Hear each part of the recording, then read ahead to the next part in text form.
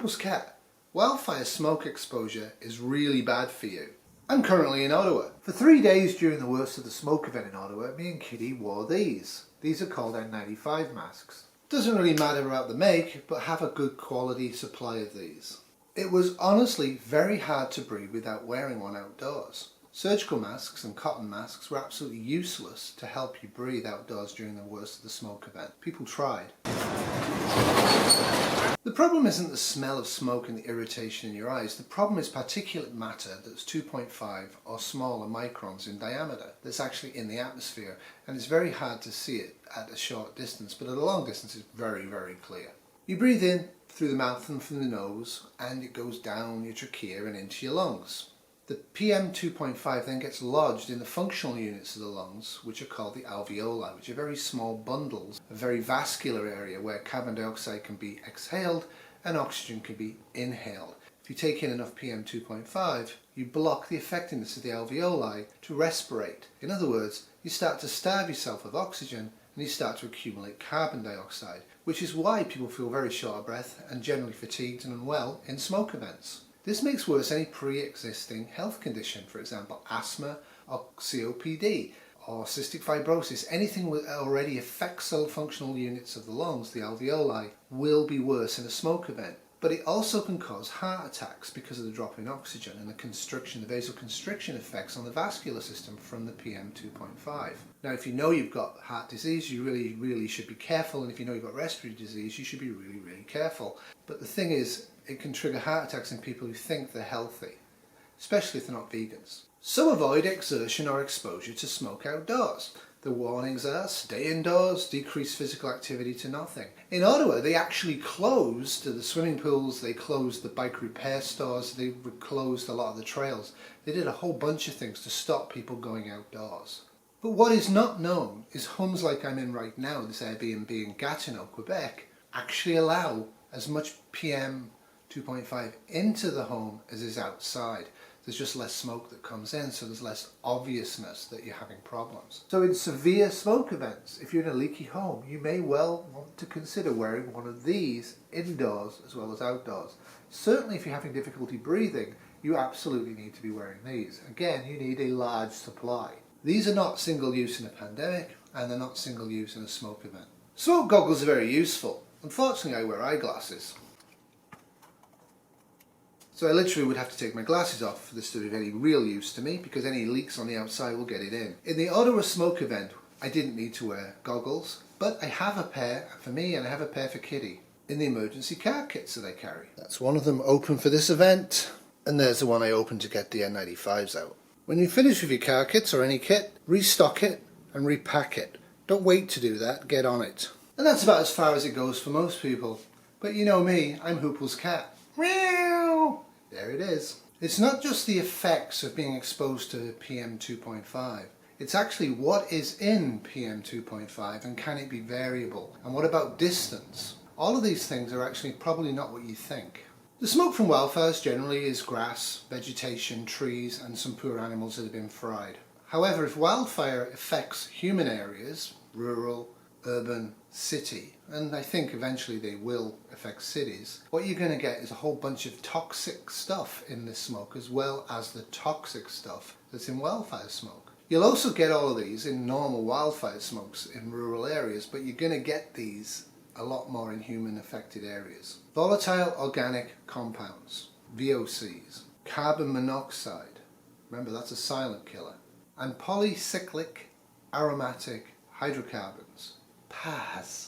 If you know the wildfires affected human areas, be very cautious and go to N95s as soon as you can. Now, like pesticides, no exposure is much preferable to a little exposure, and a lot of exposure absolutely should be avoided. Most people self-limited physical activity and being outdoors during the smoke event in Ottawa. The streets were noticeably empty, and the people on the streets didn't seem to me they were going to stay on them very long.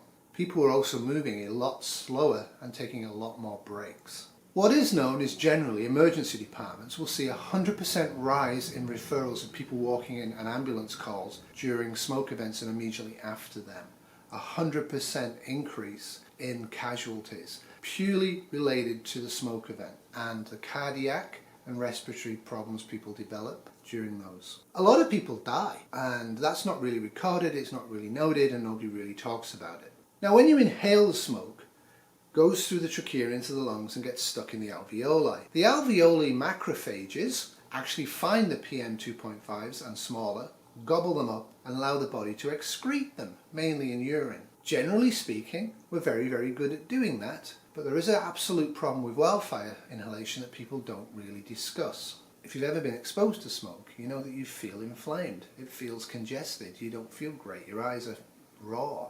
You feel inflammation. It triggers inflammation in human and animal tissue, and it affects the ability of the wonderful alveoli macrophages to function properly. So more of the PM2.5 will remain lodged in the alveoli for longer. There hasn't been anywhere near enough research on this stuff. Nowhere near enough research. But it is probably statistically likely that there is a huge rise in influenza and infectious respiratory diseases in the days to weeks after exposure to a smoke event. For this reason, you should consider avoiding crowds and wearing N95s in crowds for quite some time after exposure to a lot of smoke. My non-scientific observations about the smoke in Ottawa for the 3 days where it was particularly dreadful was that the N95 allowed me and Kitty to walk around for about an hour or so a day. We were walking around slowly. As you can see, there's visible smoke in the air and you can smell smoke, but that's not what the issue is.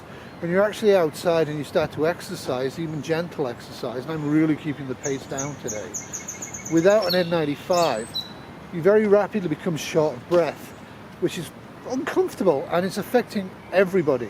It's not just the elderly or the disabled or the very young. The few people we saw out there that were not masked or were wearing surgical or cloth masks obviously looked in distress. They obviously looked very fatigued and they didn't look happy at all. What was concerning for me and Kitty is we could see the visible signs of hypoxia, low oxygen states in all of those people. People who weren't wearing N95s didn't have normal skin colour. What they had was blue, ruddy skin. They absolutely had nose flaring, and they looked to me like if I was in hospital, I would have put them on 2 litres nasal prongs oxygen. One of the perverse things about wildfire smoke exposure is the distance the smoke travels increases the human risk. This is counterintuitive. After the ignition and the burning, the smoke rises. The PM2.5 also rises. Remember, smoke is large particles that are visible. As it travels in the lower and upper atmosphere, it's exposed to a thing called ultraviolet light from the sun during daytime. Now again, there's a almost total lack of research into this area, but the research that's done pretty much suggests that the longer the smoke is in the air, the more it's exposed to ultraviolet radiation, the more free radicals are caused in the PM2.5s, which worsens human health. There's very little research on this, unfortunately, but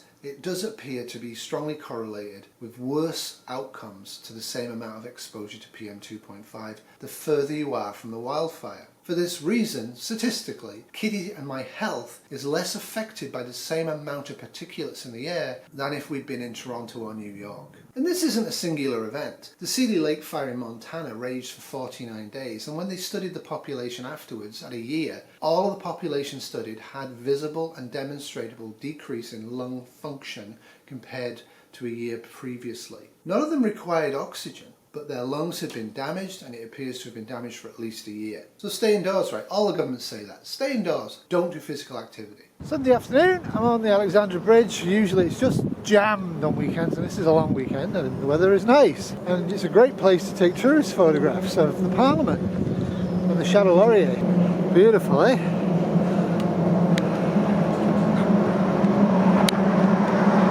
You probably don't know is the amount of PM2.5s in this type of a house compared to outside during a smoke event is pretty much identical. The houses are good at blocking visible smoke. They're absolutely terrible for most homes in blocking particulate matter. If you're sitting in your house with your windows and doors closed and not going out and you feel short of breath, wear N95s indoors. Where I live in rural Ontario when I'm not on holiday, the smoke was so bad indoors that eyes were streaming and people had difficulty breathing. Now I want to talk about air conditioning. Air conditioning makes you feel better, but most air conditioning filters aren't really doing enough to get rid of the PM2.5. You have to have a MERV of 15 or higher for that to be effective. effective. So you could say the government's lying to you about staying indoors, and that indeed, I'm sure conspiracy theories are probably abounding like that. The worst conspiracy theory I've heard so far is that there are dry lightning weapons at the South Pole that ignited the fires. Absolute bunkum. It's like arguing arson caused these fires, and that's the issue. You have to be really thick and convoluted to not understand the world is hotter,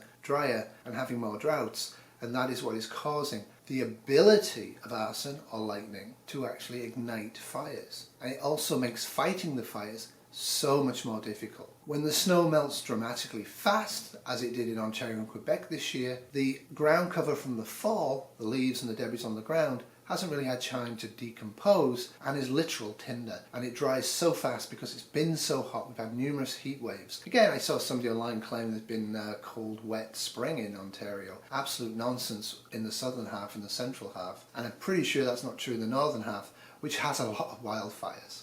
The guy's got a cloth mask on and he was trying to cycle and he's given up. It really does take a ton out of you trying to move around in this type of weather. For those wondering about World War III, and I absolutely hope that never happens, if we do use nuclear bombs on cities, apart from various other things, there's going to be a lot more particulate matter in the atmosphere, and it's going to be of the human-caused kind. It's going to have way more VOx, PAHs and carbon monoxide. Better have N95s, you better use them. If you can't seal the house with plastic and tape effectively, and or you don't have a MERV 15 or higher air filtration that is still working, because the mains probably won't be working, you need to absolutely be wearing smoke goggles and masks indoors for as long as you possibly can, whilst the smoke event's in effect. So literally just across the Rideau Canal from Parliament, you can see the haze is very obvious. And yes, there are people in the park, but there's hardly any. I'd say about 5% of what you would expect. Brave souls, because people are trying to wear masks. I know mine's not on right now. But the cloth masks and surgical masks aren't really helping you in this kind of condition. For a nuclear war, that will be days, weeks or months. Now of course you'll also have to contend with cold and violence and starvation. But if you survive that long term, you're probably going to have a bit of radiation poisoning, but you're also probably going to have a bit of decreased lung function due to the PM 2.5s that you've been inhaling for days to weeks to months. Nearly halfway out, and Parliament's still a blur. Now cooking indoors on an open flame actually also significantly generates PM 2.5s. Now I'm not talking about propane, I'm talking about wood fire, paper fires. You really want to avoid indoor cooking on open flame. If you do it outdoors, do it upwind from the smoke. It's quite common for people to actually stand in smoke in Ontario when they're camping to avoid mosquitoes. Get a decent bug suit, get some netting. Do not expose yourself to smoke any more than you need to. It really isn't good for your long-term health. It also makes you very lethargic amongst other things. And let's face it, if World War III happens, you're going to have to work really, really hard, and you really don't have time to lie around feeling short of breath. To be honest, it's quite eerie to be in a very popular bike path like this. This is right by the Booth Street Bridge, and not see anybody. I saw one bike coming out as I entered.